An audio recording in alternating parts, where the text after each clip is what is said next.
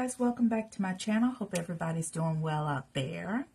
Before I make another video on making money moves, I'm going to talk about money mistakes that I've made.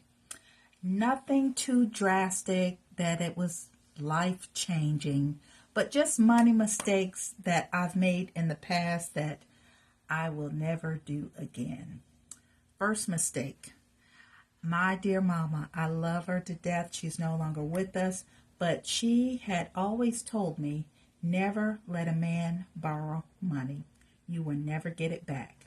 And of course, at the time, I was young, I was shy, I was new into the dating game. I was kind of a late bloomer, but I was dating this guy, a truck driver. I don't know what it is about truck drivers being attracted to me and me dating them, but anyway, he was a talker, nice looking and everything. And I remember him asking me to borrow $200. And back then I was, like I said, shy and not really hadn't come into myself where I could question, well, why are you borrowing $200 from me? You have a job. Well, he had kids and he wanted to buy them plane tickets to come, to this area. And back then, you could go to the counter and buy plane tickets. And in my head, I'm thinking, just use a credit card. But he wanted to borrow $200.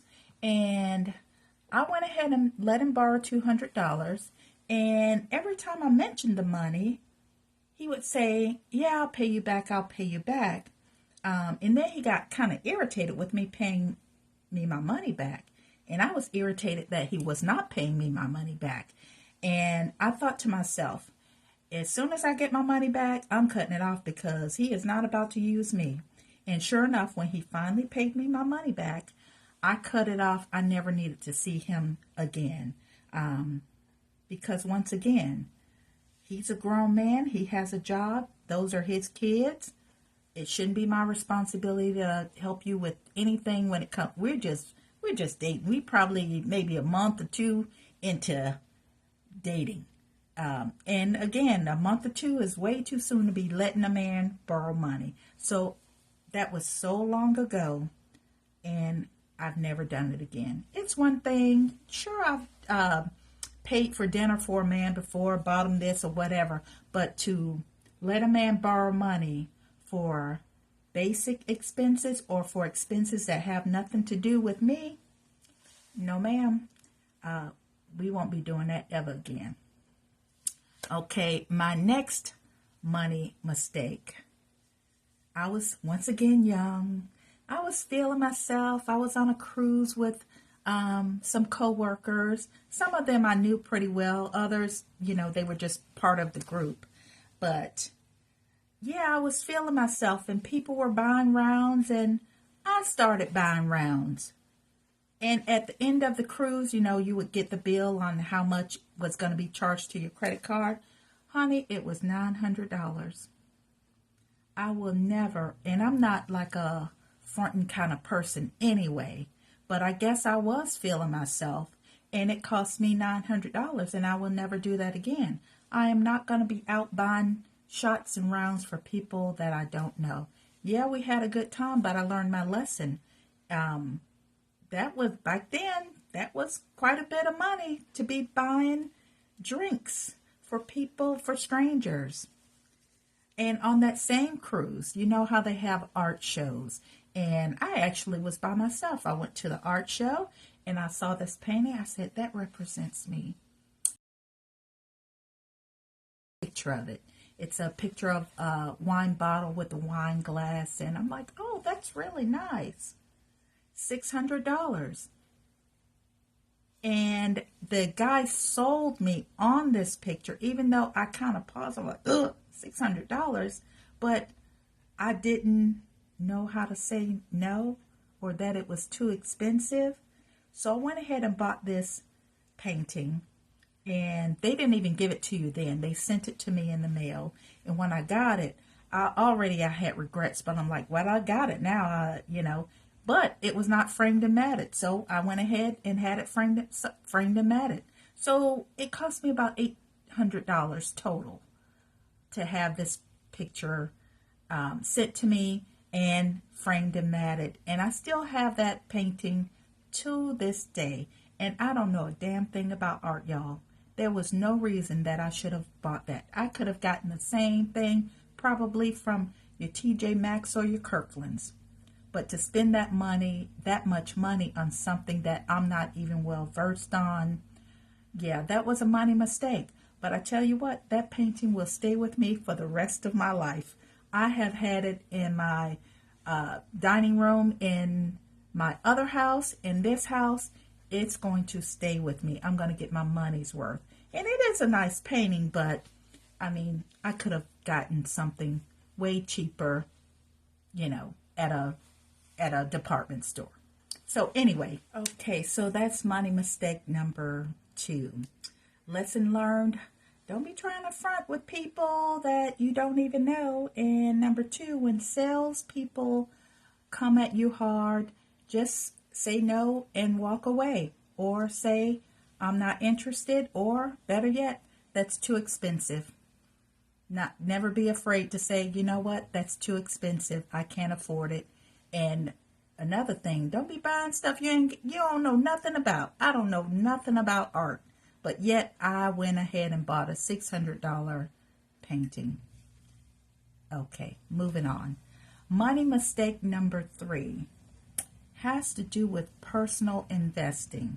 Now, when it comes to mortgages, savings account, credit cards, things like that, I'm well versed.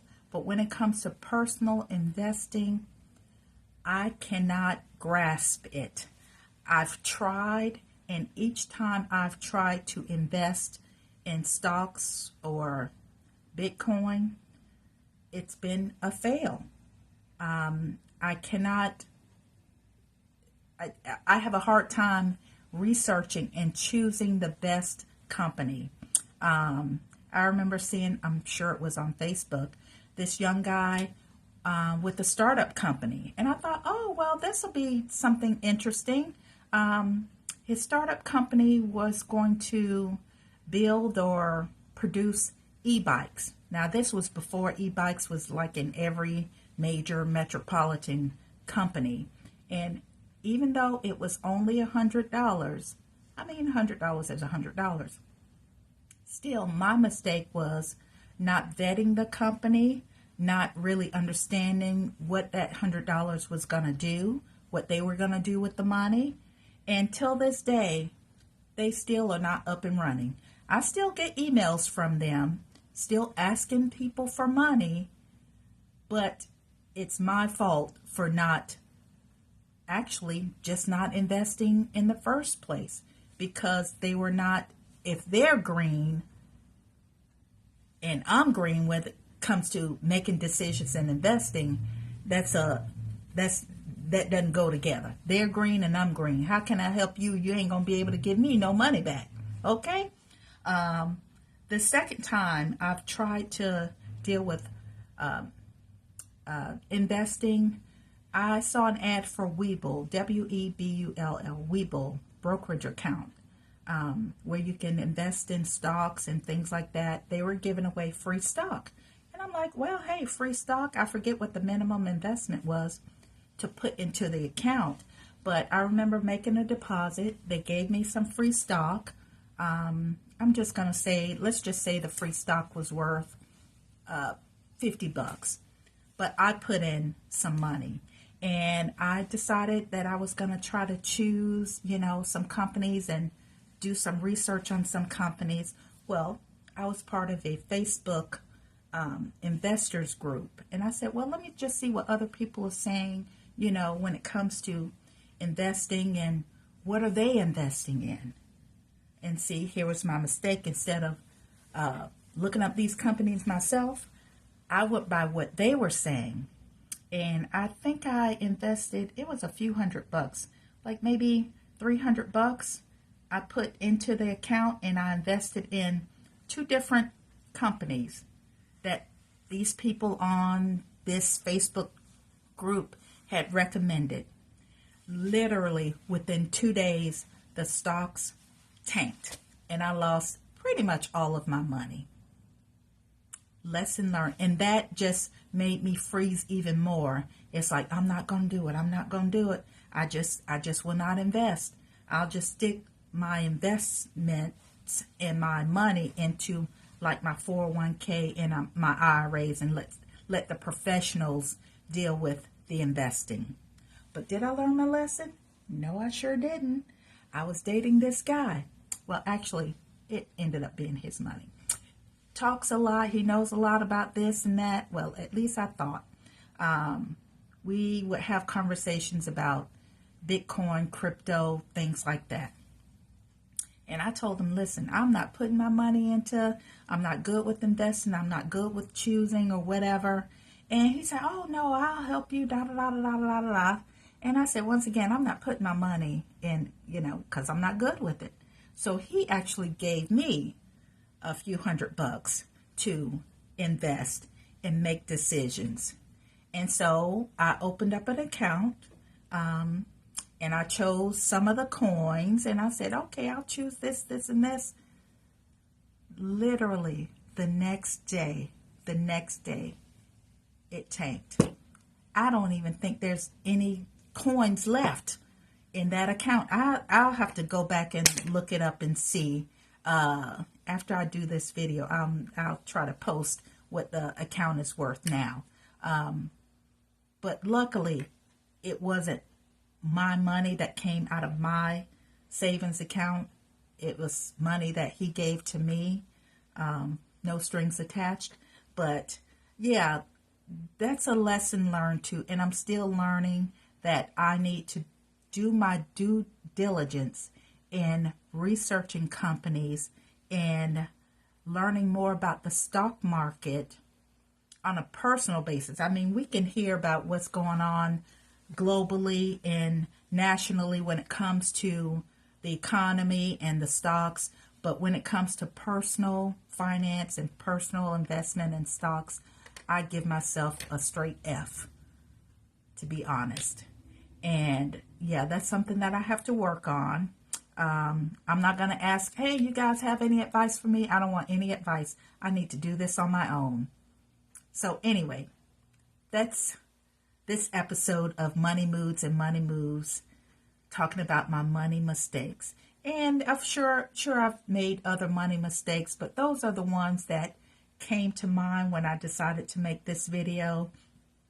It's almost comical now, and I'm not necessarily ashamed of it because it wasn't necessarily life altering, but there are some lessons learned when it comes to making money mistakes, and those things I will never make again. So there you have it.